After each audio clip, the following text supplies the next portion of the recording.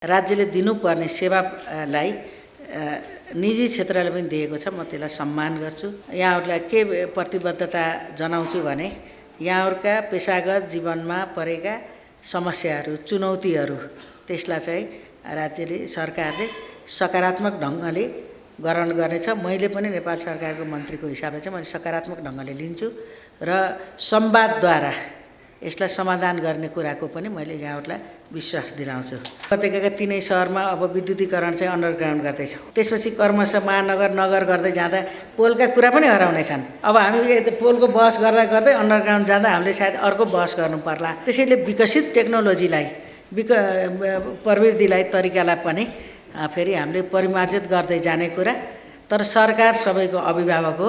सरकारले निजी क्षेत्रका, सामुदायिक क्षेत्रका या व्यक्तिगत हिसाबले जनताका समेत समस्याको आवश्यकताको सम्बोधन गर्ने एउटा अधिकार बेसिस राज्य भएको कारणले चाहिँ तपाईहरुका पेशागत अहिले जे समस्या समाधान गर्नुभएको छ, कति तपाईले डेभलप गर्नुपर्ने होला, कति राज्यले भएका नीति लागू गर्नुपर्ने होला, कतिपय कुरा हाम्रो नीतिले नभएका कुराको चाहिँ नीतिमा विकास गर्ने कुरा, विधिमा विकास गर्ने कुरा र आवश्यक पर्यो भने कानुनमै संशोधन गर्नु परे पनि सरकार चाहिँ अगाडि बढ्ने कुरामा निजी क्षेत्रका तपाईहरु यो सञ्चार क्षेत्रमा, केबल टेलिभिजनको क्षेत्रमा लाग्नुभएका साथीहरुको व्यावसायिकताको रक्षाका निम्ति चाहिँ सधैँ तपाईहरुको अभिभावक हो भन्ने कुरालाई चाहिँ बडो गहिरोसित आत्मसात गर्न होला। नेपालभरिको चाहिँ केबल अपरेटरदेखि लिएर इन्टरनेट प्रदाताहरूलाई चाहिँ तपाईको पोलको भाडाको शुल्क तिर्नुहोस् अथवा हामी चाहिँ तपाईहरुको तार झारिदिन्छौँ भन्ने उहाँले धम्कीपूर्ण रूपमा चाहिँ 3-4 सूचना निकालिरहनु भएको छ हैन।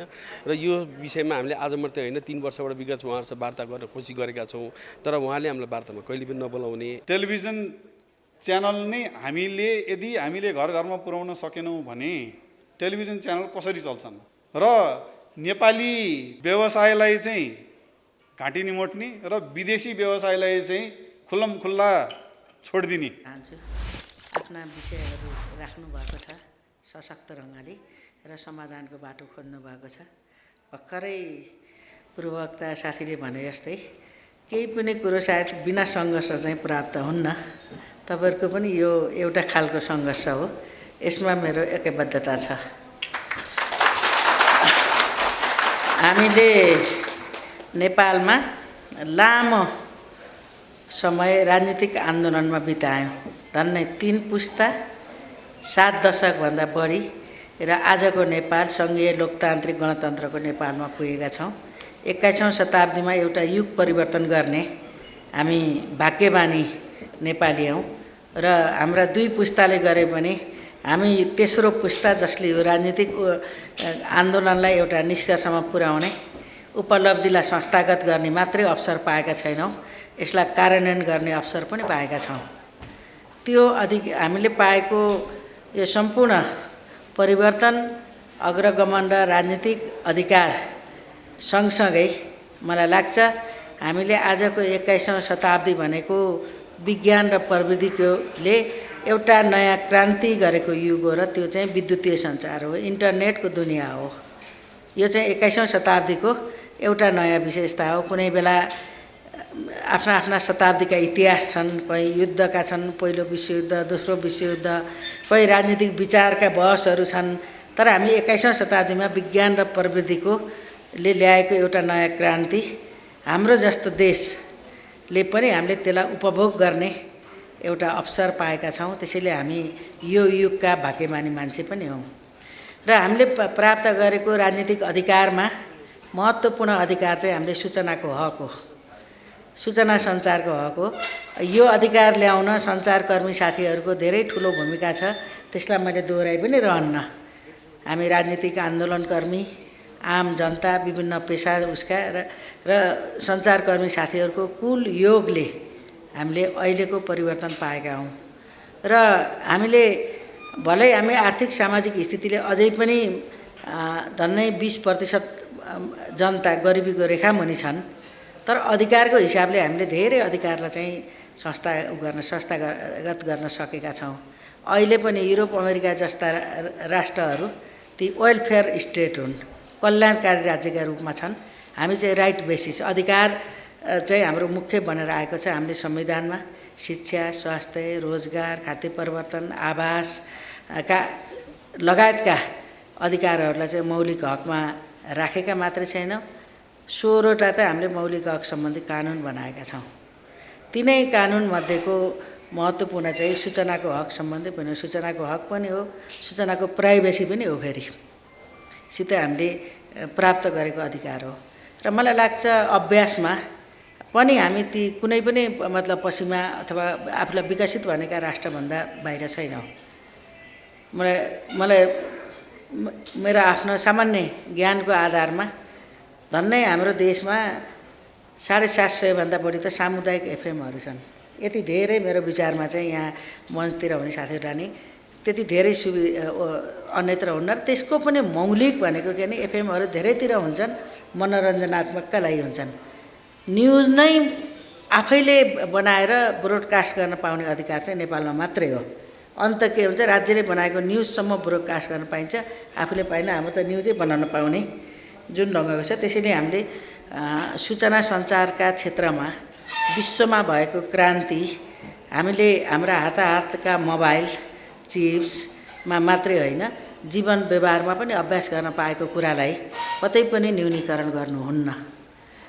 त्यसैले तपाईँहरू यो केबल टेलिभिजन व्यवसायी साथीहरूले गाउँमा ठाउँमा पुगेर, सहर बस्तीहरूमा पुगेर यहाँहरूले पनि राज्यले दिनुपर्ने सेवालाई निजी क्षेत्रले पनि दिएको छ। म त्यसलाई सम्मान गर्छु। र हामीले देखेको हाम्रो नेपालको समग्र विकास समृद्धिको आधार राज्य, निजी क्षेत्र र सहकारी भनेर 3 खम्बे नीति पनि हामीले संविधान त अवलम्बन गरेका छौँ। त्यसको चाहिँ एउटा राम्रो भरपर्दो चाहिँ यो टेलिभिजन क्षेत्रमा, सञ्चारको क्षेत्रमा पनि राज्यले त्यही नीतिलाई अख्तियार गरेको छ। त्यसैले आज राज्यको आफ्नो टेलिफोन सेवा हुँदाहुँदै हामी यहाँ निजी प्रदायकहरू पनि हुनुहुन्छ। राज्यको आफ्नो टेलिभिजन छ, तर निजीलाई पनि दिएको छ राज्यले। र अनि राष्ट्रिय प्रसारण मात्रै होइन, साना साना मतलब सहरहरूबाट प्रसारण गर्ने केबल टेलिभिजन लगायतका विभिन्न छन्।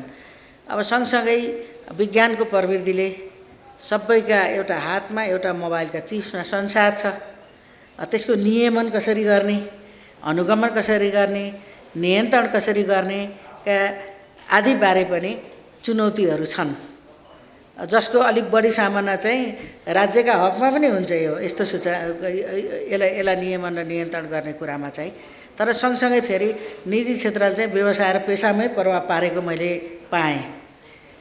त्यसैले म यहाँहरूलाई के प्रतिबद्धता जनाउँछु भने यहाँहरूका पेसागत जीवनमा परेका समस्याहरू, चुनौतीहरू, त्यसलाई चाहिँ राज्यले, सरकारले सकारात्मक ढङ्गले ग्रहण गर्नेछ। मैले पनि नेपाल सरकारको मन्त्रीको हिसाबले चाहिँ मैले सकारात्मक ढङ्गले लिन्छु र संवादद्वारा यसलाई समाधान गर्ने कुराको पनि मैले यहाँहरूलाई विश्वास दिलाउँछु। अलि लामो समय सरकार बनिराखेन। मैले सुन्दै जाँदाखेरि त यहाँहरूले सञ्चार मन्त्री बोलाउनु पर्ने भनेर मैले लक्ष्मण जिल्ला छेउमा भने पनि, तर हामीले अझै लामो प्रधानमन्त्रीले हेरेको मन्त्रालय छ सञ्चार। अब सम्भवतः 2-3 दिनभित्र, यो हप्ताभित्रै अब सञ्चार मन्त्रालय हेर्ने मन्त्री पनि आउनुहुनेछ। तथापि सिङ्गो नेपाल सरकार हो, जो आए पनि यहाँहरूका समस्यालाई सम्बोधन गर्ने कुरा पनि, कतिपय चुनौतीहरू हिजो एउटा टेक्नोलोजी आउँदा यहाँहरूले प्रयोग गर्नुभयो, अब अर्को विकास भयो। त्यो विकसित टेक्नोलोजीलाई पनि यहाँहरूले परिमार्जित ढङ्गले सायद आफ्नो व्यवहारमा अभ्यास गर्नुपर्छ होला।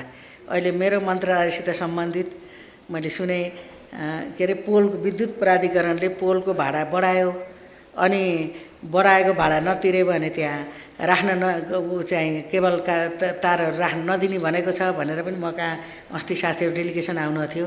अनि मैले सोधेँ सम्बद्ध अधिकारीहरूलाई, अनि यसको अध्ययन निर्धारण गर्दाखेरि त्यो व्यवसायका पनि साथीहरू हुनुहुन्थ्यो समितिमा। मैले हुनुहुन्थ्यो थिएन स्टेक होल्डर भनेर सोधेँ, हुनुहुन्थ्यो भन्नुभएको थियो। तर मैले डिटेलमा त्यो रिपोर्ट हेरेँ छैन। संयोगले आज मेरो विद्युत प्राधिकरणको बोर्डको बैठक छ, त्यसको चेयर म आफै हुन्छु। मैले गम्भीरताका साथ यो पोलसित सम्बन्धित चाहिँ मेरो आफ्नो भएको भएर मैले ध्यान उठाउनेछु।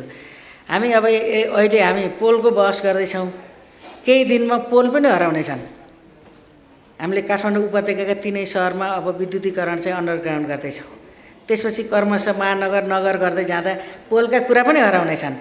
अब हामी पोलको बहस गर्दा गर्दै अन्डरग्राउन्ड जाँदा हामीले सायद अर्को बहस गर्नु पर्ला। त्यसैले विकसित टेक्नोलोजीलाई प्रविधिलाई तरिकालाई पनि फेरि हामीले परिमार्जित गर्दै जाने कुरा। तर सरकार सबैको अभिभावक हो।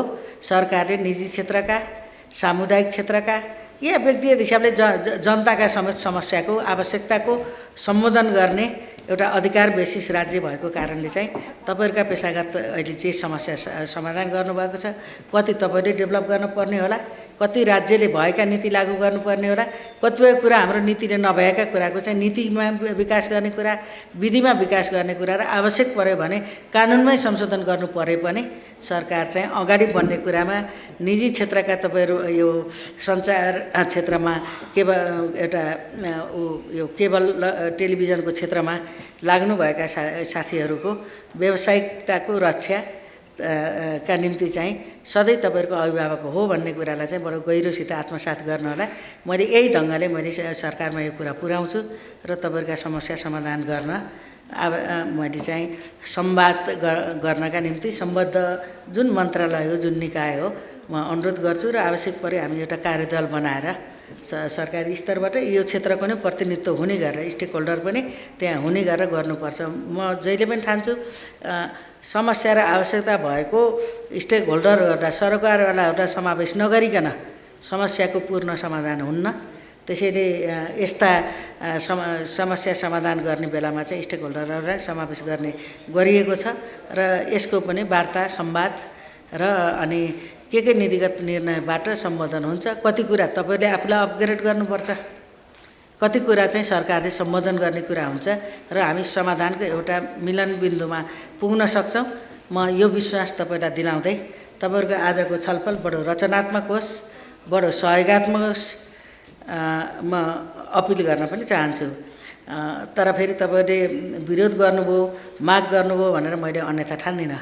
धेरै विरोध, धेरै मागबाट हामी यहाँ पुगेका हौँ।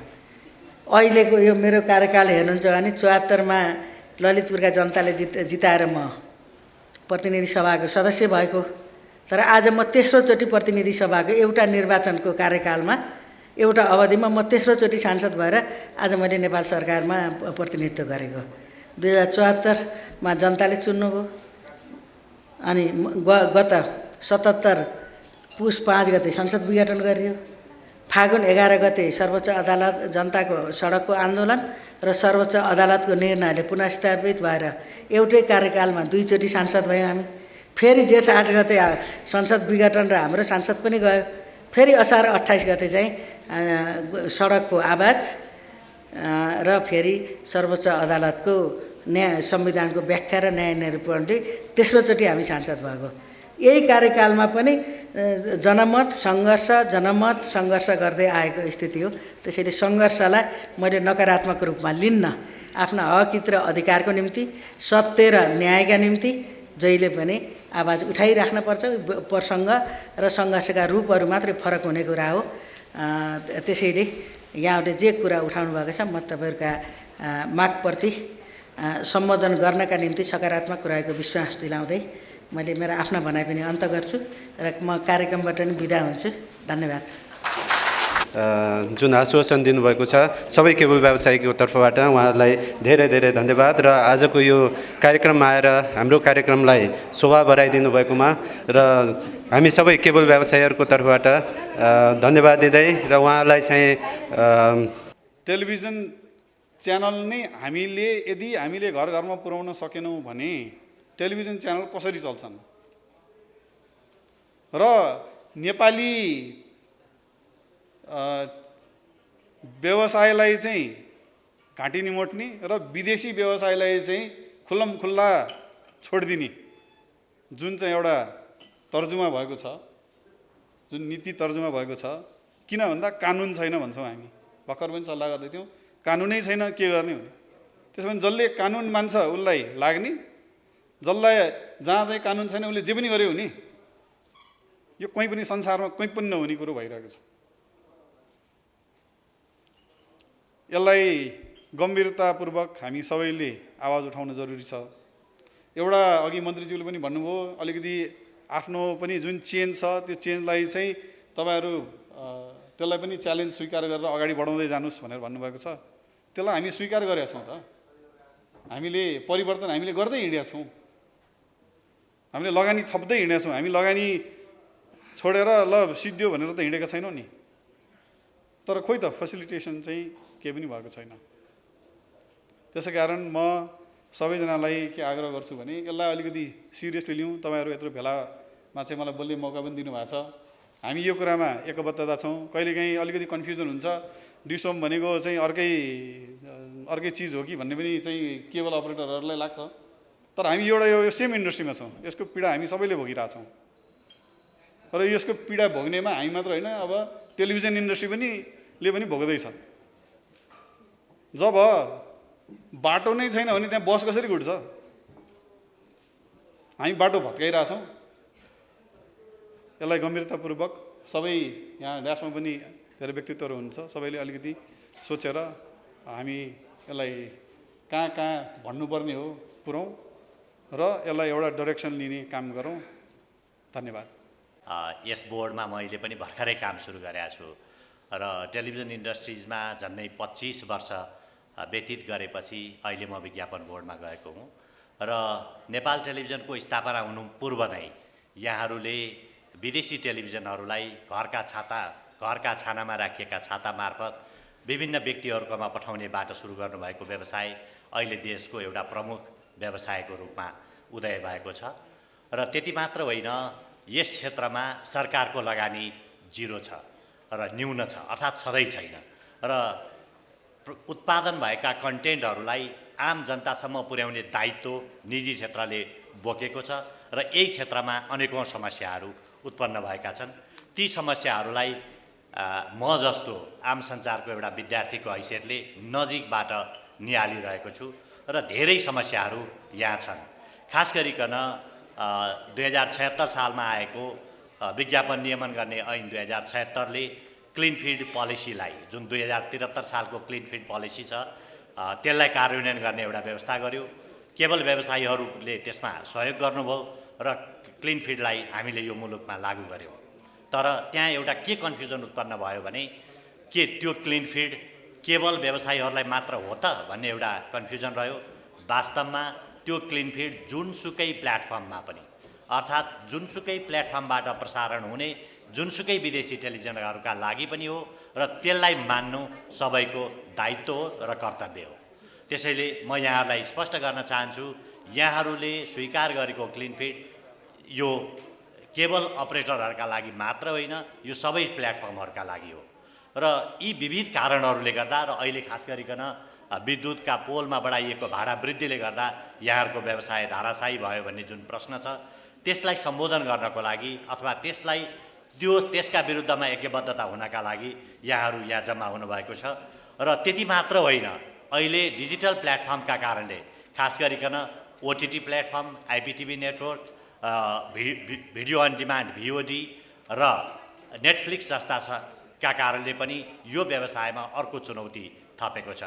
र यो चुनौतीलाई कसरी समाधान गर्ने भन्ने विषयमा हामीले विज्ञापन बोर्डमा, जब मैले त्यहाँ नेतृत्व लिएँ, विज्ञापन बोर्डमा हामीले केवल व्यवसायका दुईटै संस्था, मिडियाका दुवै संस्था, विज्ञापन सङ्घ र सरकारको तीनटै निकाय, खास गरिकन विज्ञापन बोर्ड, सूचना तथा प्रसारण विभाग र मन्त्रालय बसेर अहिले हामी लगातार छलफलमा छौँ र हामीले केही निष्कर्षहरू करिब निकालेको अवस्था पनि छ।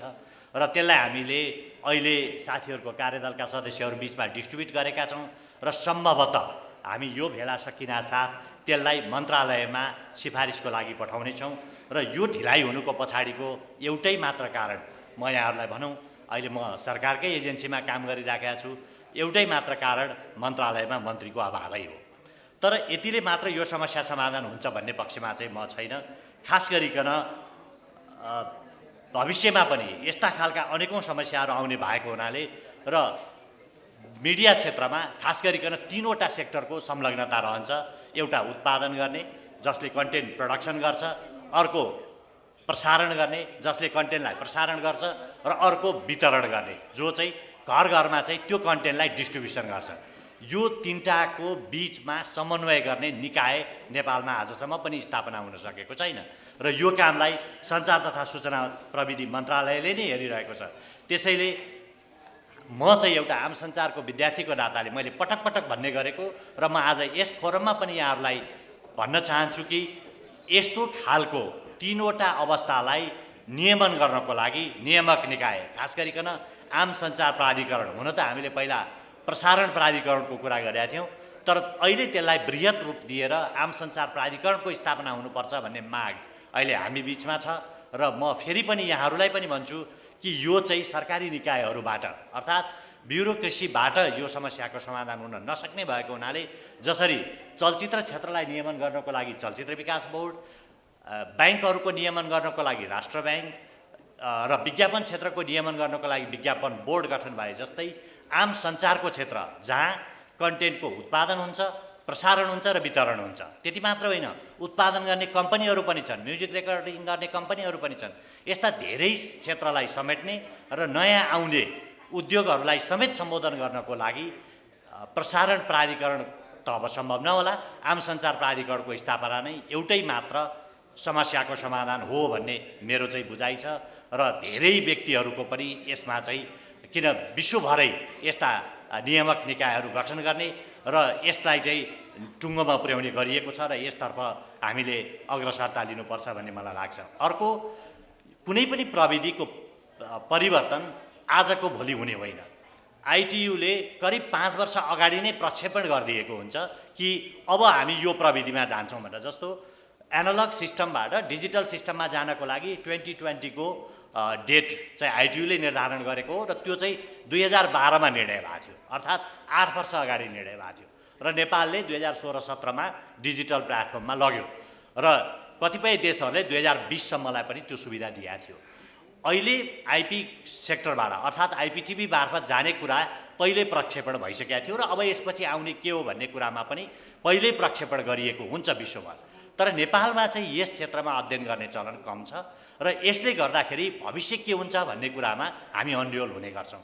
त्यसैले मेरो अनुरोध चाहिँ के हो भन्दा यो क्षेत्रलाई अध्ययन गर्ने, मनन गर्ने र अब आउने फ्युचरलाई चाहिँ यस्तो खालका पोलिसिजहरू ल्याउने। अघि सुदीपजीले एउटा कुरा उठाउनु भयो, कानुन छैन हो, कतिपय कानुनहरूको अभाव छ। जस्तो अहिले इन्टरनेट प्रोटोकलबाट प्रसारण हुनेमा के गर्ने भन्ने कुरामा अभावै छ भने यस्ता कुराहरूलाई पहिल्यै सम्बोधन गर्नका लागि पनि अब चाहिँ एउटा नियामक निकाय नभई यो सेक्टरलाई समेट्न सकिँदैन भन्ने मेरो निष्कर्ष हो। यहाँहरूले मलाई यस कार्यक्रममा आमन्त्रण गर्नुभयो, बोल्ने मौका दिनुभयो, यहाँलाई धन्यवाद दिन चाहन्छु। यहाँहरूको यो आन्दोलन प्रतिको ऐक्यबद्धता व्यक्त गर्दछु र कुनै पनि पेसा व्यवसायमा संलग्न भएपछि आउने चुनौतीहरूलाई एकबद्ध रूपमा अगाडि बढाउनुपर्छ र यस्तो एकताले मात्र समाधान गर्न सकिन्छ र यहाँहरूको यो भेलाको सफलताको शुभकामना व्यक्त गर्दै बिदा हुन्छु। धन्यवाद। कसैले मलाई केही भन्यो भने जनताले त्यसलाई चाहिँ च्यापिहाल्छ भन्ने किसिमको एउटा दम्भ उहाँमा मैले 1-2वटा मिटिङमा त्यो देखेको छु होइन। अब प्रशासकहरू त्यस्तो दम्भमा हिँड्दाखेरि अन्ततगत राष्ट्रलाई घाटा नै हुन्छ। त्यसकारणले मलाई लाग्छ यो अहिले जुन चाहिँ केबल टिभी नेटवर्कहरूलाई जुन किसिमको पोलको भाडा राखिएको छ, अब त्यो वास्तवमा सुन्दा पनि हाँस्ने कि रुने भन्ने जस्तो। त्यो के कस्तो किसिमको नीति हो क्या? एउटा इन्क्रिमेन्ट हुने त एउटा सर्टेन एउटा चाहिँ 2%, 3%, 5%हरू हुन्छ, यो त 500%। अब त्यो कतै पनि नपच्ने किसिमको चाहिँ कुरा छ होइन। र अब मन्त्रीज्यू त यहाँबाट हिँडिसक्नुभयो, उहाँले यो कुरामा उहाँको समर्थन छ भने आगामी चुनावमा उहाँ पक्कै हार्नुहुन्छ, म लेखेरै दिन्छु। किनभने यसको यो भाडा बढेको उहाँले के सोचिराख्नु भएको छ भने यो चाहिँ केबल टिभीका चाहिँ सञ्चालकले तिर्ने पैसा भन्ने ठानिराख्नु भएको होला। तर टेलिभिजन नपुगेको कुनै चाहिँ एउटा घर छ यो देशमा? टेलिभिजन नपुगेको त घर छैन। भोलि गएर यो भाडाको मार आम उपभोक्तामै पर्छ जसले उहाँहरूलाई भोट दिनुहुन्छ। त्यति बेला त्यो उपभोक्ताले डेफिनेटली यो काम कसले गरेको, कुन सरकारले गरेको भन्ने क्वेसनहरू आउन सक्छ। उहाँहरूले उठाएन भने हामीले नै भनिदिने हो यो सरकारले गरे हो, यो मन्त्रीले गरे हो भनेर हामीले भनिदिने हो। त्यसपछि अनि चाहिँ उहाँहरूलाई त्यो कुरोले अलिकति बित्छ जस्तो लाग्छ मलाई। हामीले त अब वास्तवमा यो नेताहरूलाई च्यालेन्ज नै गर्नुपर्छ। तपाईँलाई हामीले भोट किन दिने?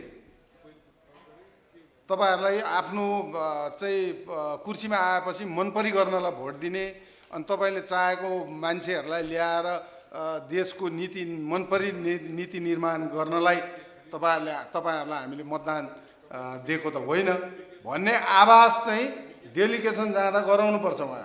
उहाँहरू डराउने त्यही मात्रै हो एउटा अस्त्र, नभए अरू अस्त्रले डराउनुहुन्न। उहाँहरू तपाईँहरूको विरोध हुन्छ, भोट पाउनुहुन्न भन्यो भने उहाँहरू अलिकति हच्किन्छ, नभए हच्किँदैन। अब अर्को कुरो चाहिँ के भन्दाखेरि अब टेक्नोलोजीले एकदमै चाहिँ यो उभिनु नै अप्ठ्यारो भयो क्या यसलाई यो हाइट बढी। हामीले सरकारलाई दिने दबाब आफ्नो ठाउँमा छ भने हामी आफै पनि प्राविधिक मैत्री हुँदै जानुपर्ने अवस्था चाहिँ छ। जस्तै केबल टेलिभिजन नेटवर्कको अप्सन टेक्नोलोजी के हुनसक्छ त्यो अब भोलि अहिले कुलमान घिसिङजी चाहिँ मातिनु भयो, अब भोलि अर्को आएर अर्को मातेला होइन।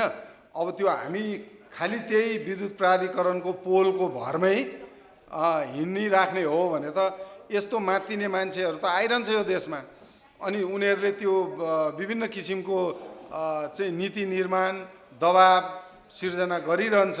त्यसकारणले हामीले पनि अब बदलिँदो प्रविधि अनुसार टेक्नोलोजी अनुसार आफूलाई पनि परिवर्तित गर्दै लानुपर्छ जस्तो लाग्छ मलाई। फेरि विद्युत प्राधिकरणले त अहिले मैले देखिरहेको छु अन्डरग्राउन्ड चाहिँ केबल उसले चाहिँ तीव्र गतिमा अघि बढाइरहेछ। त्यो अवस्थामा हाम्रो चाहिँ केबल टिभीको तार कसरी जाने हो होइन, अब त्यो पनि एउटा चाहिँ छलफलकै विषय हुनसक्छ। भोलि सबै चाहिँ विद्युत प्राधिकरणको चाहिँ करेन्ट सप्लाई गर्ने सिस्टम चाहिँ अन्डरग्राउन्ड गयो भने हाम्रो केबल टिभीको चाहिँ तार कताबाट जाने हो होइन, त्यो कुरो पनि मा पनि हामी अलिकति सचेत हुनुपर्छ जस्तो मलाई लाग्छ। त्यसकारणले गर्दाखेरि मुख्यतः हामी प्रविधि मैत्री चाहिँ हुनैपर्छ। टेक्नोलोजीसँग हामी चाहिँ फेमिलियर भएरै अघि बढ्नुपर्छ होइन। अब टेलिभिजनहरूकै चाहिँ अवस्था त अब नाजुक हुने स्थिति आइसक्यो। यो चाहिँ इन्टरनेटले गर्दा, युट्युबहरूको कारणले गर्दा अहिले टेलिभिजनहरूले आफ्नो प्रोग्राम पनि युट्युबमा देखाइराख्नुपर्ने अवस्था आइरहेछ। त्यो त्यति त्यसको चाहिँ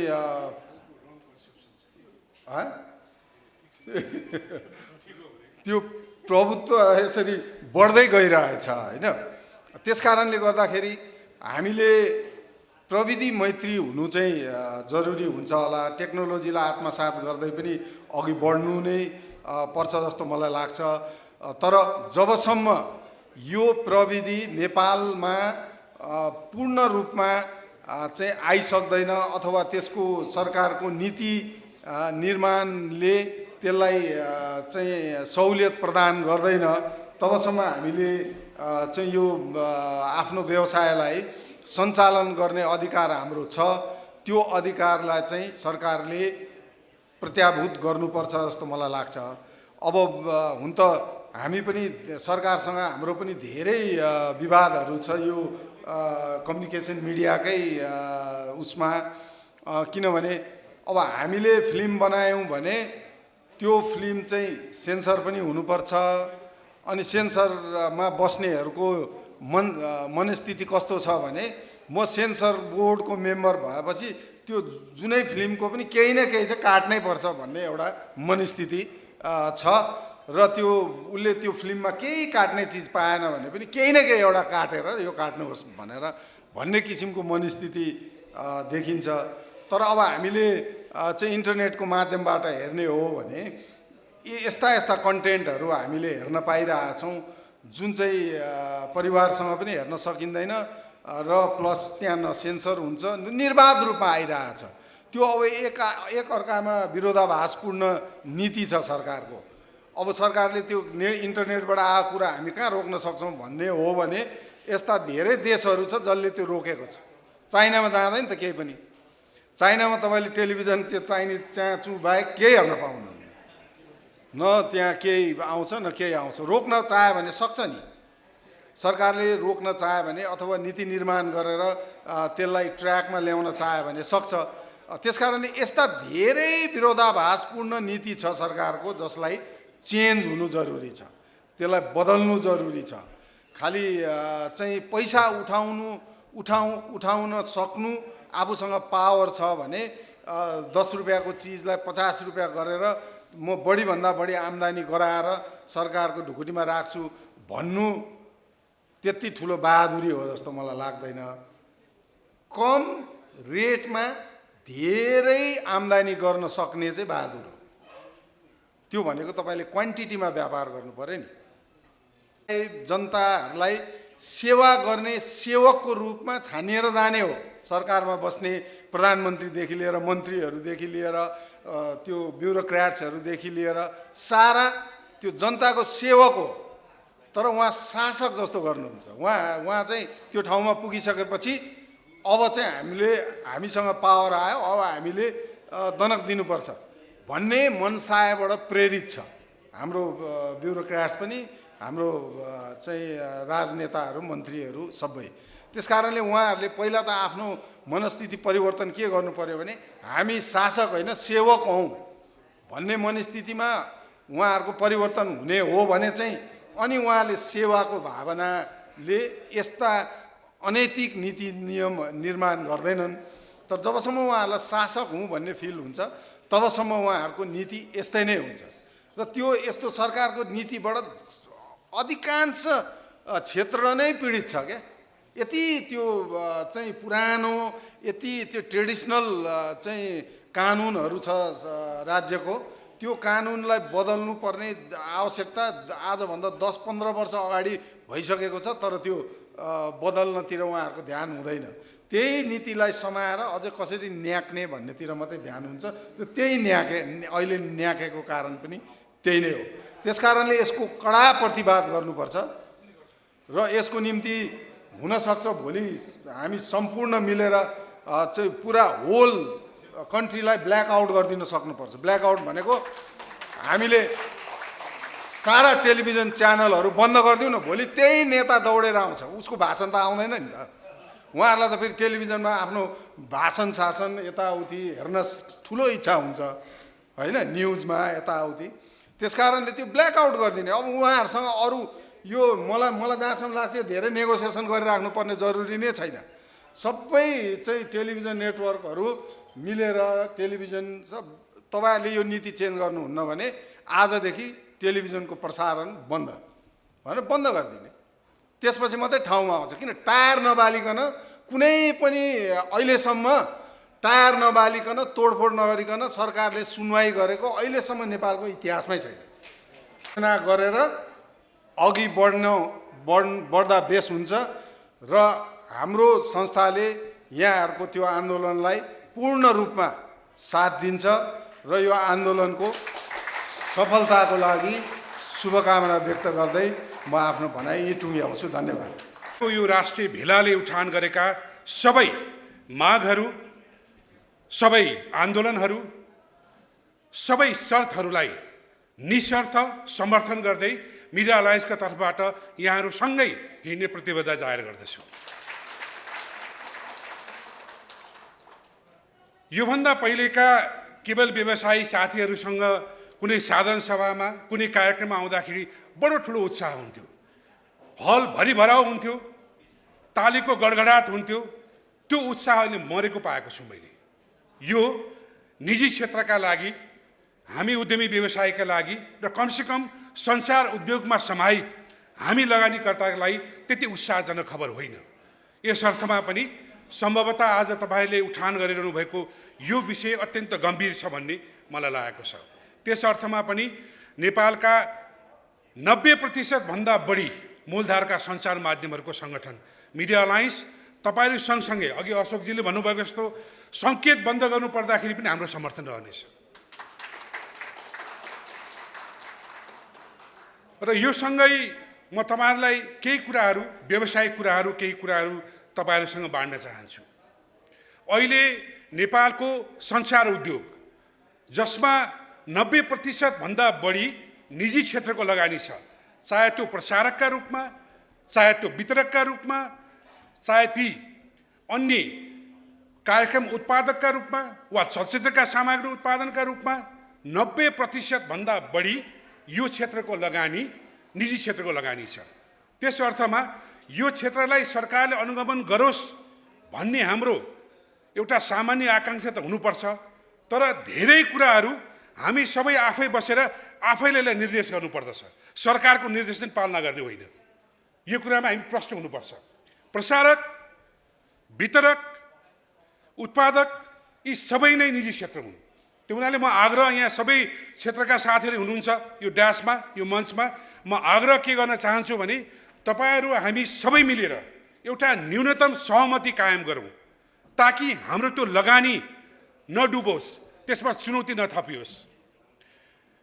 मलाई स्मरण छ जब यो महासङ्घ सङ्गठन दिनेश सुवेदीजीले गठन गर्दै हुनुहुन्थ्यो त्यति बेला म यो प्रसारण व्यवसायमा थिएन, म नेपाल विज्ञापन सङ्घको अध्यक्ष थिएँ र त्यति बेलादेखि नै यो क्षेत्र, यो केबल वितरक व्यवसायीहरू, रिब्रोडकास्टरको यो क्षेत्र सङ्गठित हुनुपर्छ, किनकि यो क्षेत्रले नेपालको सञ्चारको एउटा हिस्साको सङ्केतहरूलाई घर घर पुर्याउँछ र यो क्षेत्रलाई सङ्गठित बनाइरहनुपर्छ, व्यावसायिक बनाइरहनुपर्छ, यसका लगानीहरूलाई सुरक्षित बनाइरहनुपर्छ भनेर त्यो सङ्गठनलाई नेपाल विज्ञापन सँगसँगै लिएर गएर मैले राखेको थिएँ।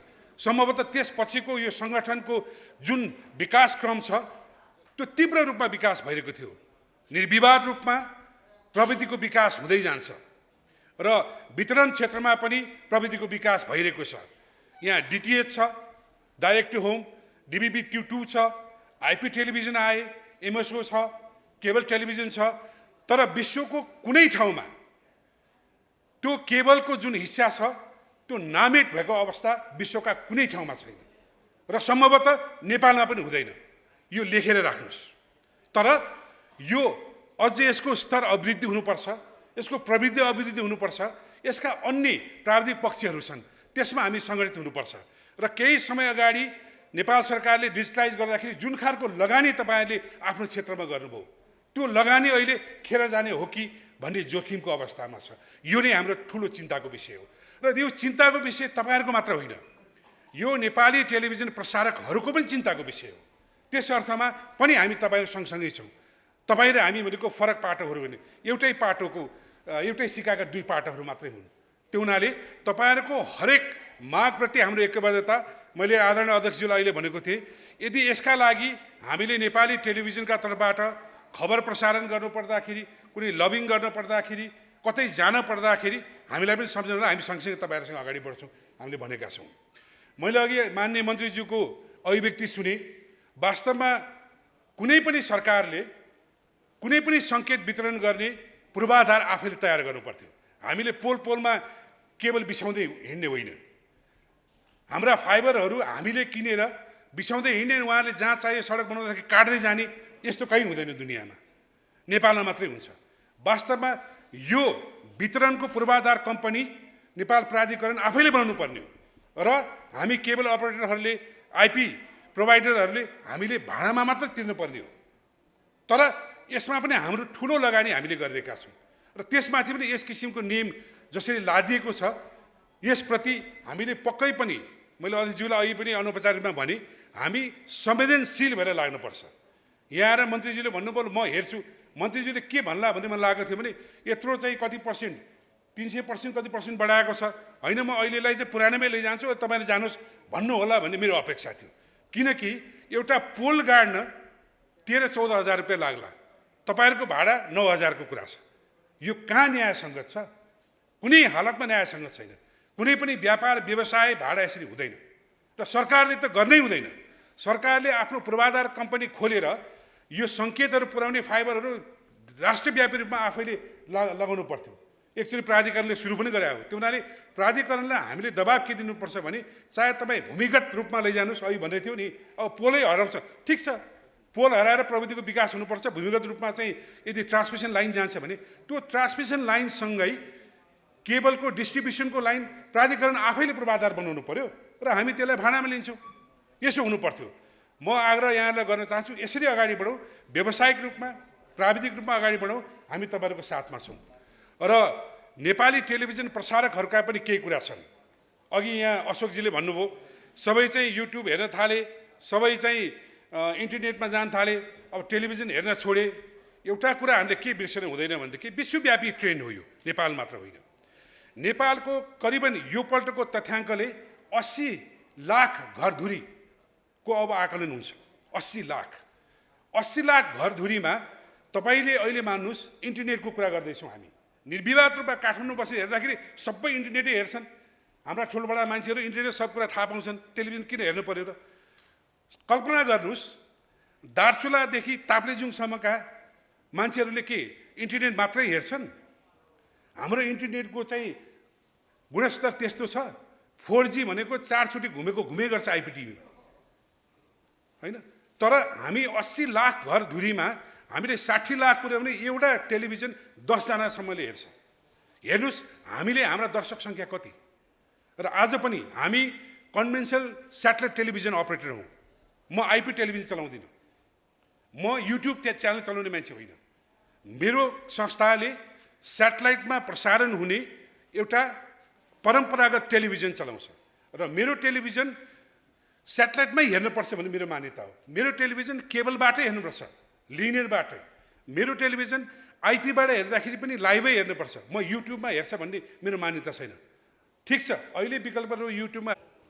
मन्त्रीज्यू आइदिनु भयो, सुनिदिनु भयो र एउटा कुरो के भने होइन सङ्घर्ष गर्नै पर्छ, पोजिटिभली हेरेर निर्णय गर्छुसम्म त भन्नुभयो। अब यहाँ आएर बोलेको पोजिटिभ निर्णय गरेर गर्छु भनेको कार्य भोलिको दिनमा काम कसरी हुन्छ, के गर्नुहुन्छ त्यसले त्यो उसले निर्णयले हामीहरूलाई थाहा हुन्छ। किनभने आज पोलको पनि मिटिङ छ भन्नुभएको छ। पोलको मिटिङ छ भने हामी यहाँ यो अवस्थामा हामी छौँ भन्ने कुरो उहाँलाई हामीहरूले देखाउन सकेका छौँ। अब उहाँले गर्ने निर्णय हामीहरूले हेर्नुपर्छ र पनि उहाँकै भाषामा भन्ने हो पनि सङ्घर्ष नगरी त पाइँदैन नै भन्नुभएको छ है। त्यसैले आज हामी सङ्घर्ष गर्नभन्दा अलिकति पनि पछि पर्नु हुँदैन। यो त्यसै सजिलैकन प्राधिकरणले सजिलै हामीहरूलाई लु भइगयो नि त भन्नेवाला छैन। हामीहरूले साथीहरूले सबैले भन्नुभयो पोलको भाडा कति गुणा बढाइयो, कसरी बढाइयो भन्ने कुरालाई म दोहोऱ्याइरहन्न। तपाईँहरूले सबैले थाहा पाउनुभएको छ पोलको भाडा तिर्न नसक्ने नै गरी बढाइएको छ। हामी जम्मा 300 रुपियाँ केबल अपरेटरले एउटा कन्ज्युमरबाट उठाउँछ। अब चाहिँ 300 रुपियाँ उठाएको चाहिँ सबै पोलको भाडामा तिर्दा पनि पुग्दैन भने हामी कसरी उ गर्न सक्छौँ? उहाँले एउटा हिजोको कार्यक्रममा के भन्नुभयो भने यो के अरे एनसेल, एनटिसी र अरू व्यवसायले, इन्टरनेटवाला व्यवसायले वर्षमा 150 करोड कमाउँछन्।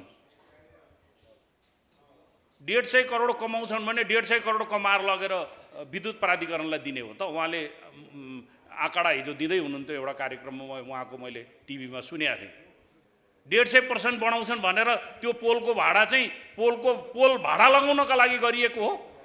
पोल गाड्दा भाडा लगाउनको लागि पोल गाडिएको हो? होइन। पोलबाट पैसा भाडाको मात्रै उठाइँदैन। त्यो चाहिँ घरमा विद्युत पुर्याउनको लागि गाडिएको पोल हो।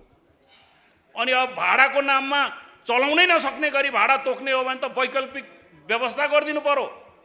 हामीहरूलाई के भने बन्द गर, चलाउँदै नचला भने हो। सानातिना सबै सिद्धिएको हो। यो खेल सिद्ध्याउने खेल हो हामीहरूलाई, त्यो बुझ्नु साथी हो। ठुलाले भोलि तिर्दिने 300 रुपियाँ बढ्छ इन्टरनेटको रेट भनेर पेपरमा आएको छ। 300 रुपियाँ रेट बढेर इन्टरनेटवालाले पोलको पैसा तिर्दिने भयो भने हामी तिर्न नसक्ने 300 रुपियाँ लिनेले के गर्ने? 600 रुपियाँ टिभीको दाम भन्यो भने चल्छ? चल्दैन। त्यसैले गर्दा अब यो कुरालाई हामी चुप लागेर आएर यहाँ बसेर मात्रै होइन, यो निर्णय नगरिकन हलबाट हामी यो काठमाडौँबाट बाहिर निक्लिनु हुँदैन। भोलि जस्तो सुकै परिस्थिति आयो भने पनि सङ्घर्ष नगरी हुँदैन भने पनि सङ्घर्ष गर्नै पर्छ। पोलको विषयमा हामी पछाडि पर्नै हुँदैन। हामी चुप लागेर मिठो शब्द र मिठो बोलीले नगरिकन हामीलाई निर्णय चाहिन्छ। उहाँले भने जस्तै भन्नुभएको छ म अर्को कमिटी पनि गठन गराउनु पर्यो भने गराउँछु पनि भन्नुभएको छ। कमिटी गठन गराएर हामी हाम्रो सहभागितामा सरकारवालाको सहभागिता नबनाइकन बनेको कानुन कार्यान्वयन हुँदैन पनि भन्नुभएको छ भने सरकारवालालाई सहभागी बनाएर बनेको कानुन के हुन्छ उहाँले कि त्यो आउनु पर्यो। त्यसरी भयो भने हामी झगडै गर्ने हामी व्यवसायी हौँ। हामी नाराबन्दी जुलुस गरेर हिँड्न पनि पाउँदैनौँ, हाम्रो त्यो पेसा पनि होइन। तर के गर्न भने मर्न आँटेपछि बिरालालाई पनि कोठा थुनेर कुट्न लाग्यो भने चिथोर्छ भनेपछि हाम्रो पनि त्यही अवस्था भएर हामी काठमाडौँमा भेला भएका हामीहरूलाई थुन्ने हो भने हामी पनि चिथोर्छौँ। हामी चुप लागेर चाहिँ बस्दैनौँ। यो पोलको विषयमा हामी यसरी साथीहरूले बुझौँ। हामी यसपछि हामी बन्द सत्रमा बस्दैछौँ। बन्द सत्रमा बसेर हामी एक एक कुराको निर्णय हामीहरूले हाम्रो बनाएर चाहिँ पोलको विषयलाई पनि निर्णय गर्छौँ। त्यो सँगसँगै हामीले अहिले भन्नुपर्दा सरकारले कानुन नमानेर हामीहरूको धरातलमा पारेको हाम्रो व्यवसाय हेर्नुहोस्। हामीहरूलाई अघि पनि साथीहरूले भन्नुभयो हामीहरूले डिजिटल खोजेका थियौँ न, एनालगमै हामीले काम गरिरहेका थियौँ, हामी त्यतिमै सन्तुष्ट थियौँ। सरकारले जबरजस्ती डिजिटल भन्यो, डिजिटल नबने केबलै बन्द गर्छु भनेर जबरजस्ती हाम्रो अरबौँ रुपियाँ डिजिटलको नाममा हामीहरूलाई लगानी गरायो सरकारले। त्यसपछि के गरौँ? डिजिटल लगाइसकेपछि डिजिटल लगाइसकेको छैन, क्लिन फिड भनेर अर्को क्लिन फिडको अगाडि अर्को एउटा उभ्याइयो। अब हामीहरूले क्लिन फिड भनेर च्यानल पनि चलाउन नपाउने अनि डिजिटलमा लगानी गराउने। हाम्रो लगानीको के हो त? सरकारले घर दैलोमा सूचनाको अधिकार घर दैलोमा पुर्याउने सरकारको काम भन्ने, हामीहरूले पुर्याएकोलाई पनि हामीहरूलाई नै सिद्ध्याउने गरेको अर्को नीति क्लिन फिडको नीति ल्यायो। क्लिन फिड केबललाई क्लिन फिड लाग्नुपर्ने, अरूलाई होइन। अघि पूर्ववक्ता साथीहरूले पनि भन्नुभयो इन्टरनेटमा त केही पनि क्लिन फिड छैन। त हामी चाहिँ क्लिन फिड लागेर सबै कुरो हामी गर्ने, हामी जोत्ने गोरु, सरकारले बाँकीलाई चाहिँ के अरे छाप लगाइदिएर छोडिदिएको हो, चाँडै हुन्। कानुन भने सबैलाई लाग्नुपर्छ। कानुन भने दुई खालेलाई दुई प्रतिस्पर्धा बराबरीको हुन्छ, डबल प्रतिस्पर्धा हुनु हुँदैन। एक किसिमले हुनुपर्छ। हामीहरूलाई के भने डाउनलिङ पोलिसी खारिज गरिदियोस्, जे अरूले चलाएका छन् त्यो हामी चलाउन सक्छौँ, पाउनु पर्यो, हामी चलाउँछौँ, हामीहरूलाई आपत्ति छैन। होइन भने कानुन अहिले भएको कानुन सरकारले लागू गर्नुपर्छ। त्यो लागू गर्दा कानुन लागू गर्दाखेरि हामीले आज टिभी सम्बोधन नभएर टिभी घटेको कुरो हो, टिभी जहाँ पनि हेर्न पाउने भएर घटेको कुरो हो। कन्ट्रोल जेसुकै देखाउन पाउने भने टिभीलाई पनि जेसुकै देखाउन पाउने अधिकार दिनु पर्यो नि। हामीहरूलाई चाहिँ यो पनि नदेखा ऊ पनि नदेखा, डाउनलोड नगरेका च्यानल नदेखा, यो नदेखा ऊ नदेखा भन्ने, बाँकी अरूलाई छुट्टै जे दे हेरे पनि पुग्यो। अनि हामी कसरी प्रतिस्पर्धा गर्न सक्छौँ? हामी कसरी बाँच्छौँ? हामी त्यसले गर्दाखेरि आज एकजुट भएर हाम्रा एजेन्डा यति मात्रै छैनन्। हाम्रा एजेन्डा हामी बन्द सेसनमा अरू एजेन्डा राख्छौँ। समस्याको विषयमा कुरो गर्दा हामीहरूका सबै साथीहरूले पनि राखिसक्नु भएको छ। हामीहरू क्लिन फिड विषयमा राख्नुभएको छ। हाम्रा विविध कारणहरू छन् र जस्तो पोलको सबभन्दा ठुलो समस्या छ र हामीले जुन टेलिभिजन 30 वर्षबाट जुन प्रसारण गरिराखेका छौँ, अहिले टेक्नोलोजीको रूपान्तरणको कारणले गर्दाखेरि हामीलाई टिभी घर घरमा लिएर जानको लागि हामीलाई इक्वल प्रतिस्पर्धा सरकारले वातावरण नबनाइदिएको र अघि महासचिवले भन्नुभयो हामीले बारम्बार सूचना तथा सञ्चार मन्त्रालयले जो हाम्रो चाहिँ अभिभावक हो उसलाई हामीले पटक घचघचायौँ कि हामीले भन्यौँ हामीलाई इक्वली काम गर्ने एउटा वातावरण दिनुहोस्, नियम र कानुन सबलाई बराबर हुनुपर्छ, हामीलाई मात्रै होइन र हामीले मात्रै राज्यलाई ट्याक्स तिर्ने होइन, अरूले पनि ट्याक्स तिर्नुपर्छ र हामीले चाहिँ घर घरमा पुऱ्याएको टेलिभिजनलाई तपाईँहरूले हामीलाई उल्टे प्रोत्साहन गर्ने होइन कि तपाईँहरूले हामीलाई चाहिँ यसरी चाहिँ अप्ठ्यारो पार्नु भएको छ भने विविध लिएर जाँदा पनि उहाँहरू चाहिँ खालि कहिले चाहिँ मन्त्री हुनुहुन्न या सरकार अहिले चाहिँ स्टेबल छैन र हामीले के गर्न सक्दैनौँ। यी विविध चिजले गर्दाखेरि हाम्रो एभ्रिडे हाम्रो लगानी सिद्धिरहेको छ र कानुनको अभावमा चाहिँ हाम्रो अहिले केबल टिभी एकदम नाजुक अवस्थामा पुगेको छ। त्यसले गर्दा आज यस्तो यो अहिले दसैँको मुखमा भनौँ होइन र कोभिडको स्थितिमा पनि हामीले यो सबैहरूलाई चाहिँ यसरी आउनु कारण के भन्दाखेरि अब यदि हामी सङ्गठित भएनौँ भने र हाम्रा आवाजहरूलाई बुलन्द रूपमा हामीले राख्न सकेनौँ भने हाम्रो व्यवसाय सुरक्षित हुने अवस्था छैन। त्यसले गर्दाखेरि यी विविध विषयहरूमा हामी अहिले बन्द सत्रमा बुँदागत रूपमै छलफल गर्नेछौँ र म यी सबै वक्ताहरूले जो आज हाम्रो यो कार्यक्रमलाई भेलालाई चाहिँ सफल बनाइदिनु भयो लगायत पत्रकार बन्धु सबैलाई चाहिँ म चाहिँ पुनः धन्यवाद गर्दै म चाहिँ यो चाहिँ कार्यक्रमको समापनको घोषणा गर्दछु। धन्यवाद। अब आज हामीले यो चाहिँ वृहत राष्ट्रिय भेला गरेको कारण चाहिँ मुख्यतः के भन्दाखेरि यो विद्युत प्राधिकरणले चाहिँ यो 15 गते चाहिँ तपाईँको चाहिँ नेपालभरिको चाहिँ केबल अपरेटरदेखि लिएर इन्टरनेट प्रदाताहरूलाई चाहिँ तपाईँको पोलको भाडाको शुल्क तिर्नुहोस् अथवा हामी चाहिँ तपाईँको तार झारिदिन्छौँ भन्ने उहाँले धम्कीपूर्ण रूपमा चाहिँ 3-4 सूचना निकालिरहनु भएको छ होइन। र यो विषयमा हामीले आज मात्रै होइन 3 वर्षबाट विगत उहाँहरूसँग वार्ता गर्न कोसिस गरेका छौँ तर उहाँले हामीलाई वार्तामा कहिले पनि नबोलाउने एकतर्फी रूपमा मन्त्रालय अरू बसेर निर्णय गर्ने होइन। त्यही भएर आज हामीले के भनेका छौँ भन्दाखेरि यो 15 गते यसरी तार झार्ने हो भने हामी सम्पूर्ण टेलिभिजनदेखि लिएर सारा चिज हामी बन्द गर्छौँ। हामीसँग विकल्प छैन। आज उहाँले कुन तर्फले के तरिकाले चाहिँ वृद्धि पनि एउटा हुन्छ 5% हुन्छ या 10% हुन्छ त्यो हामी तिर्न तयार छौँ। तर उहाँले जुन तरिकाले आज 400 या 500% वृद्धि गर्छु जुन भन्नुभएको छ यो संसारमा कहीँ पनि हुँदैन। र अर्को कुरा राज्य सबैभन्दा ठुलो जिम्मेवार कहाँ हुनुपर्छ भन्दाखेरि राज्यको एउटा अङ्ग विद्युत प्राधिकरण जो आज मोनोपोली रूपमा चाहिँ विद्युत प्रसारण गरेका छ भने हामी केबल क्षेत्र या इन्टरनेट या जति पनि यी सञ्चारका माध्यमहरू हामी प्रतिस्पर्धीमा छौँ। हामी हरेक ठाउँमा पुर्याउनलाई एउटा ठाउँमा पुर्याउँदा 10 देखि 15 या 40 देखि अपरेटर पनि हामी छौँ भनेपछि ग्राहक खोज्दा खोज्दा हामी हरेक ठाउँमा पुग्नु पनि पर्ने हुन्छ होइन। त्यसले गर्दाखेरि आज केबलकै कुरा गर्ने हो भने 300 रुपियाँ या 400 रुपियाँ उठाएर हामीले यत्रो महँगो भाडा तिरेर हामीले घर घरमा सूचना पठाउने अवस्था छैन जुन राज्यले गर्नुपर्ने हो। त्यसले गर्दा हामीले भनेको कुरा के भन्दाखेरि यदि राज्यले यसरी नै एउटा निकायबाट चाहिँ हामीलाई पोलको नाममा लाइसेन्स चाहिँ वारवारी बाँड्ने तिमी सेवा लिएर जाऊ भन्ने तर राज्यले हामीलाई राइट अफ वे नदिने। यदि पोलबाट हामीलाई लाइसेन्स दिएको भनेको पोलबाट तिमी घर घरमा सूचना पुऱ्याऊ भनेर हामीलाई लाइसेन्स बाँड्यो चाहे केबल या इन्टरनेटलाई पनि। भनेपछि यदि पोल भाडा हामी तिर्न सक्दैनौँ भने हामीले भनिसक्दाखेरि भोलि तार काट्छ भने हामीलाई कि आफ्नो पोल गाड्न दिनु पऱ्यो। हामी त्यसमा सक्षम छौँ हामी गाड्छौँ। यत्रो पोलको भाडा तिर्न सक्ने हामी सम्भव छँदै छैन कि हामीलाई राइट अफ वे देखाइदिनु पऱ्यो। राज्यको सूचना पुऱ्याउनु पनि घर घरमा उसको दायित्व हाम्रो दायित्व होइन। राज्यले लगानी नै नगरेको दायित्वमा हामीले यत्रो लगानी गरेर उसको सूचना हामीले पुऱ्याएका छौँ भने तर राज्य त्यहाँ चाहिँ संवेदनशील भएन। एउटा राज्य निकायबाट अर्को राज्य निकायमा तपाईँको चाहिँ कोअर्डिनेसनको कमी छ। यहाँ यो मात्रै नभएर हाम्रो त केबल टिभीको आज भनिन्छ भने तपाईँ इन्टरनेटको माध्यमबाट हेर्नुहुन्छ भने तपाईँको अहिले इल्लिगल ओटिटी एपदेखि लिएर सारा चिजले सञ्जाल यति भरिसक्यो कि अब टेलिभिजन हेर्ने अवस्थै छैन। तपाईँ आज हामीले कार्यक्रम उत्पादन गरेर कतिले हेर्छन् भनेको त्यो पनि प्रश्न चिन्ह भइसक्यो। भनेपछि राज्यले आज यति उदासीन भएको कारण किन? सिम्पल तपाईँ मान्नुहोस् हामीसँग गृह मन्त्रालय छ जसले चाहिँ नेपालमा इल्लिगल रूपमा चाहिँ के आउँछ कसो आउँछ या नेपालमा चाहिँ शान्ति सुरक्षा कायम गर्नको लागि पुलिस प्रशासन खर्च भने जस्तै नेपाली सेनाले तपाईँको हाम्रो चाहिँ बोर्डर सुरक्षा गरेर बसेका छन् भने जस्तै सञ्चार मन्त्रालयको काम के भन्दाखेरि नेपालमा आउने विदेशी सूचनादेखि विदेशी मनोरञ्जनदेखि लिएर यी नेपालको लागि सही छन् या छैनन्, यी नेपालमा आउनुपर्ने हो या होइन, यस्ताले तपाईँको चाहिँ कस्तो भोलि चाहिँ दुर्गामी असर गर्छ भन्ने कुरो त्यो सूचना सञ्चार मन्त्रालयले हेर्नुपर्ने चिजभन्दा उहाँले नहेरिकन उहाँले आफ्नै मोबाइलमा उहाँले आजकल के गर्नु छ भन्दाखेरि मैले त आज चाहिँ यदि म नाम लिन चाहन्न तर चाहिँ सञ्चार मन्त्रालयको वरिष्ठ व्यक्तिज्यूले के भन्नु छ भन्दाखेरि हामी उहाँसँग डेलिगेसन गयौँ। उहाँले के भन्नु छ भन्दाखेरि मैले त अलि गुगल के अरे तपाईँको चाहिँ एमाजोन या मैले चाहिँ तपाईँ चाहिँ स्टिकबाट चाहिँ म टिभी हेर्छु हो फायर स्टिकबाट टिभी हेर्छु, मेरो छोराले नेटफ्लिक्स हेर्छ, अब तपाईँहरूको टेलिभिजन हेर्नुपर्छ भन्ने पनि छैन भने जस्तो अभिज्ञता हामी एकदमै निराश छौँ होइन। यहाँ बन्द हामी मात्रै होइन तपाईँ जतिको हजारौँ जुन टेलिभिजनमा आश्रित हुनुहुन्छ र टेलिभिजन जसले प्रसारण गरेका टेलिभिजन सञ्चार गृह पनि हामीले भोलि टेलिभिजन प्रसारण नगर्दाखेरि हुन्छ के त?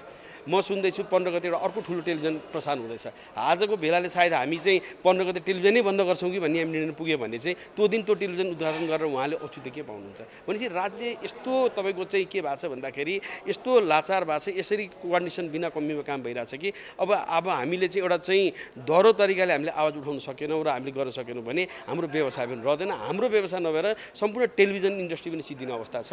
हामीले विविध समयमा हरेक कुरालाई हामीले चाहिँ गैर कानुनी रूपमा चाहिँ प्रसारणदेखि लिएर तपाईँको चाहिँ राज्यमा अनुमति नलिकन विदेशी तथा नेपाली ओटिटी एपदेखि लिएर सबै चिजलाई हामीले चाहिँ व्यापक रूपमा लिखित पनि दिउँ, इभन प्रधानमन्त्रीलाई दिउँ, सञ्चार मन्त्रीलाई दिउँ, तर उहाँहरूले खालि लिने र हेर्ने काम गर्नुभयो। तर त्यही सञ्चार मन्त्रालयले एउटा क्लिन फिड भनेर लिएर आयो, त्यो चाहिँ हामीले अनिवार्य रूपमा पालन गर्नुपर्ने। क्लिन फिट गरेर त के भयो त, हामीले हिजो प्रसारण गरेका 400 कन्टेन्ट घटेर अब चाहिँ हामी 200 कन्टेन्टमा पुग्यौँ। त्यो 200 कन्टेन्ट मान्छेले हेर्न छोडे भनेपछि टिभीबाट मान्छे भाग्दैछन्। टिभीबाट मान्छे भागेपछि के भयो भन्दाखेरि तपाईँको टेलिभिजनबाट पनि हेर्न भाग्यो नि त। भन्ने कुरो यो मूलभूत कुरो बुझ्नु पऱ्यो। आज राज्यले तपाईँको चाहिँ प्रसारणमा ब्रोडकास्टिङमा चाहिँ विदेशी लगानी हुनुहुन्न भनेर चाहिँ उसले चाहिँ पूर्ण रूपमा वैध गरेको चिज छ भने आज नेपालको मिडिया सेक्टर कसले कब्जा गरेको छ भन्ने कुरो तपाईँ सोध्नु भयो। आज गुगल प्ले स्टोरले गरेको छ, तपाईँको एप्पल आइएसले गरेको छ, यी विभिन्न ओटिटी विदेशी एपले गरेको छ। र हाम्रै सरकारी निकाय वाणिज्य ब्याङ्कहरूले चाहिँ के प्रचार गर्छन् भन्दाखेरि हाम्रो डलर कार्डबाट तपाईँले चाहिँ नेटफ्लिक्स जस्ता यस्ता कन्टेन्टहरू हेर्नुहोस् भनेपछि हामी नेपालमा लिगल लाइसेन्स लिएरले चाहिँ हामी सबै ट्याक्स पनि तिर्नुपर्ने, उहाँहरूले केही पनि गर्न पर्ने। उल्टै हाम्रा ब्याङ्किङदेखि लिएर राष्ट्र ब्याङ्क निकायदेखि लिएर वाणिज्य ब्याङ्कहरूले चाहिँ ती विदेशी इलिगल कन्टेन्टहरूलाई चाहिँ आफ्नै डलर कार्डबाट चाहिँ पेमेन्ट गर्ने बाटो दिँदाखेरि हाम्रो मिडिया सेक्टर कहाँ पुग्यो, यी सबै विविध चिजलाई लिएर चाहिँ आज हामी ठुलो छलफलमा छौँ। र हामीले बेलुकासम्म चाहिँ हामी चाहिँ एउटा चाहिँ निर्णय गर्छौँ र काठमाडौँ घोषणापत्र हामीले जारी गर्ने समाजिक छौँ। Thank you.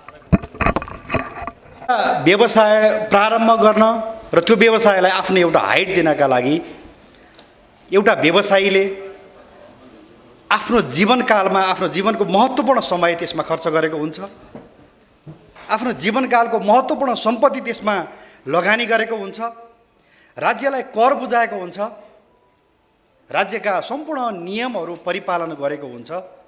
र कुनै समय यस्तो आउँछ त्यही राज्यले त्यही निकायले बनाएका नीतिका कारणले हाम्रा त्यही व्यवसायीहरू धराशायी बन्छन्, तिनै व्यवसायहरू धराशायी बन्दै जान्छन्। यो दुःखद पक्ष हो। त्यसकारण प्रारम्भमा मैले राखेँ यो ब्यानरमा लेखेको विषयलाई उठाएर कार्यक्रममा हामी सहभागी हुनु हामी आफैमा वास्तवमा लज्जास्पद छ।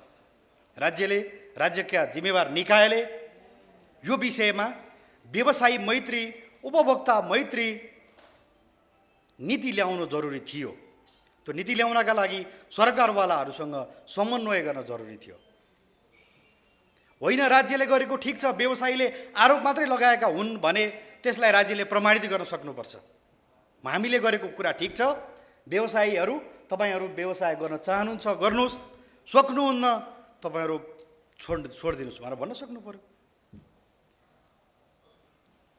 नेपालको राजनीतिक आन्दोलन होस्, नेपालको व्यावसायिक आन्दोलन होस्, नेपालको परिवर्तनका हरेक क्षण हुन्, नेपालका मिडियाहरूले कति महत्त्वपूर्ण भूमिका खेलेका छन् र ती महत्त्वपूर्ण भूमिकाका बारेमा सधैँभरि चर्चा हुन्छ। ओहो नेपाली मिडियाहरूको यति ठुलो महत्त्वपूर्ण छ। एक समय त 62-63को आन्दोलन सफल पार्ने सन्दर्भमा त नेपाली मिडियाहरूलाई 8औं दल नै हो, 8औं दल बराबर नै सङ्घर्ष गर्नुभयो, साथ पाइयो भन्नेसम्मको अवस्था बनेको थियो। तर त्यही आन्दोलनबाट विकसित भएर आउनुभएका राजनीतिक नेतृत्व वा प्रशासनिक नेतृत्वहरू त्यो नीति बनाउने ठाउँमा जब पुग्नुहुन्छ ती व्यवसायीहरूलाई ती महत्त्वपूर्ण क्षेत्रहरूलाई भुल्ने गर्नुहुन्छ। यो दुःख लाग्ने विषय हो।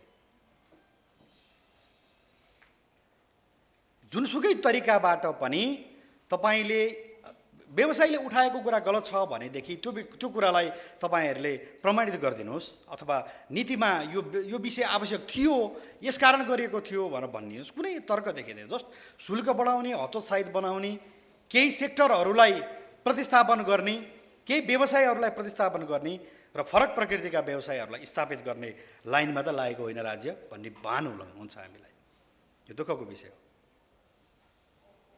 त्यसकारण आफ्नो जीवन, आफ्नो व्यवसाय, आफ्नो चाहिँ सिङ्गो करियर यो क्षेत्रमा समर्पण गरेका ती व्यवसायहरू जसले नेपालको आम सञ्चार क्षेत्रको वृद्धि विकासका लागि महत्त्वपूर्ण योगदान गरेका छन्, ती योगदान गर्नेहरूलाई राज्यले हतोत्साहित नगरोस्।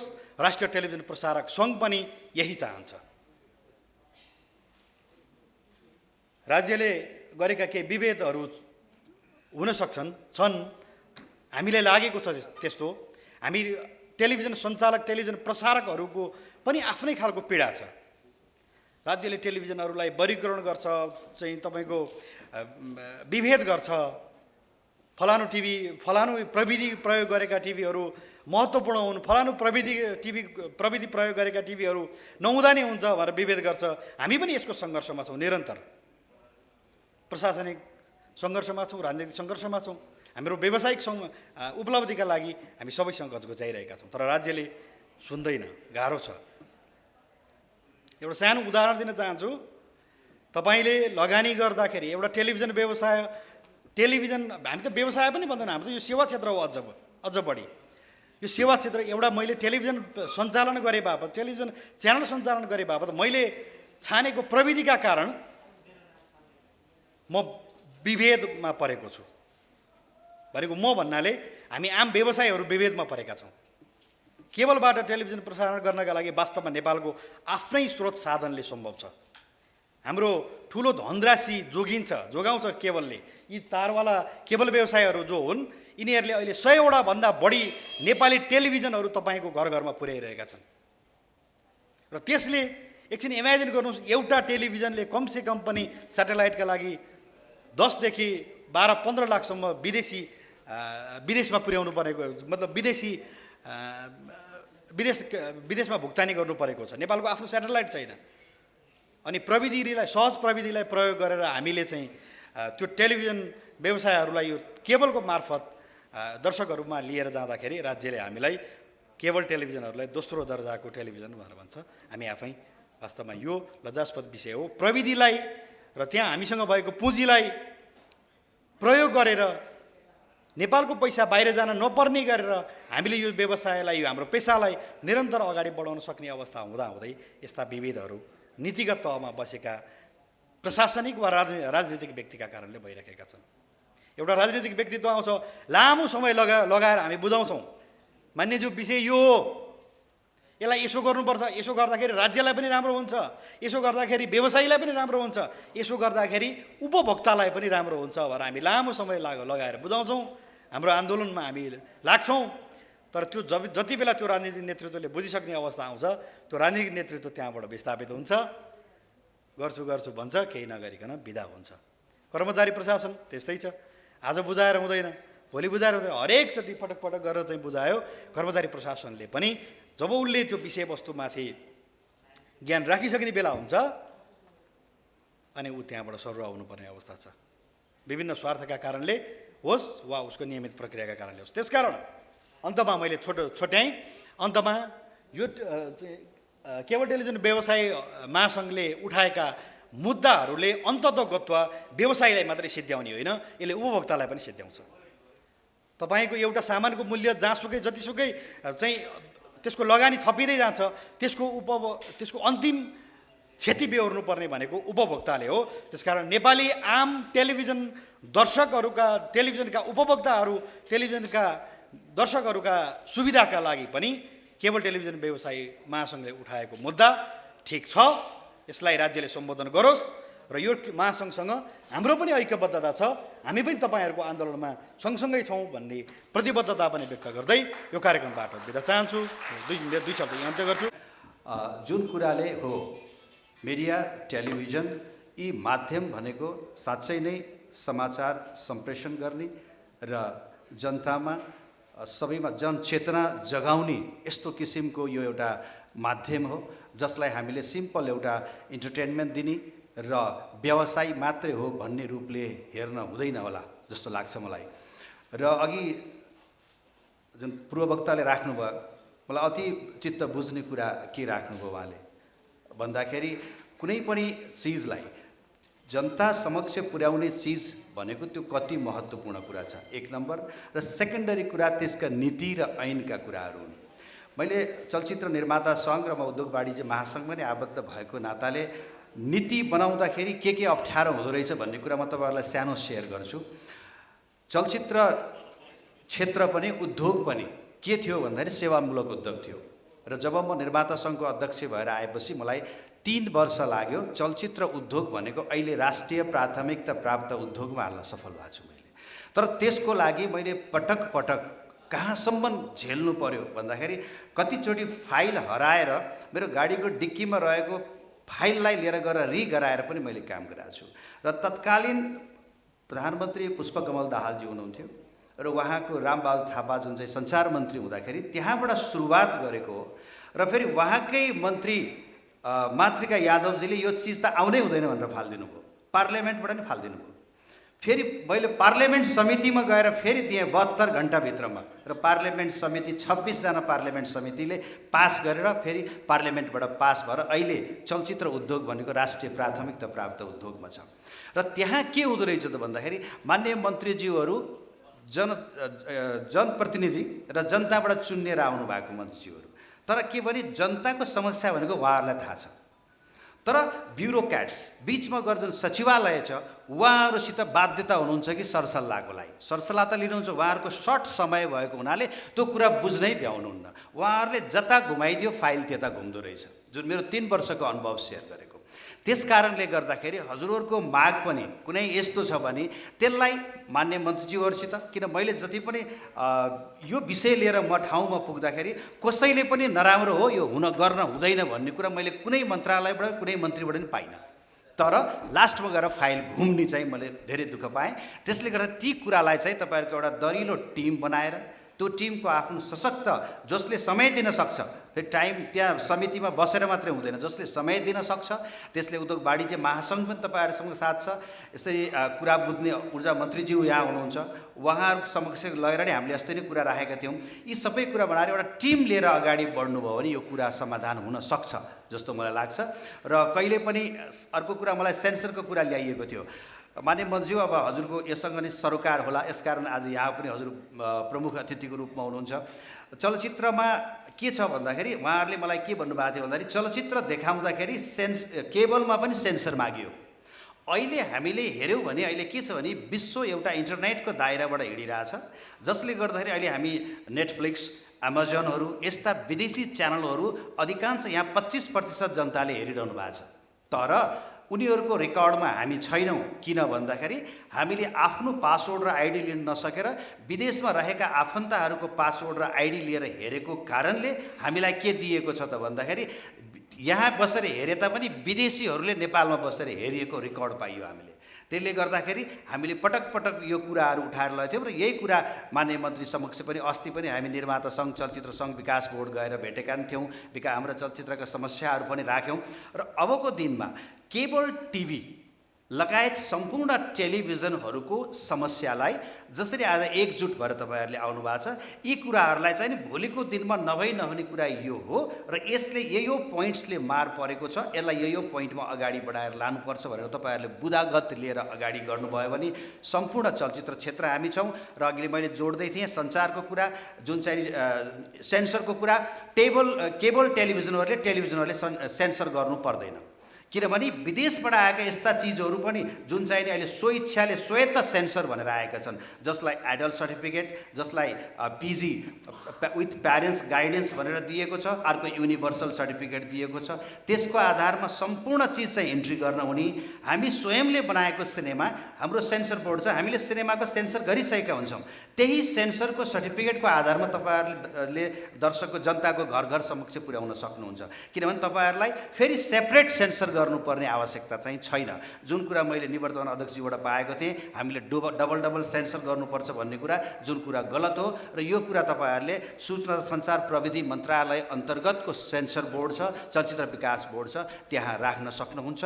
र यति भन्दै पुनः कुनै पनि कुरा गाह्रो अप्ठ्यारो परेको खण्डमा यदि उद्योग वाणिज्य महासङ्घको पनि साथ चाहिएको खण्डमा म त्यहाँको चलचित्र एवं मनोरञ्जन फोरमको सभापति छु। यहाँहरूले अङ्ग्लाइदिनु होला, ती कुराहरू राखिदिनु होला, हामी सम्बन्धित निकाय समक्ष पुर्याउने प्रयत्न गर्नेछौँ। Thank you sir.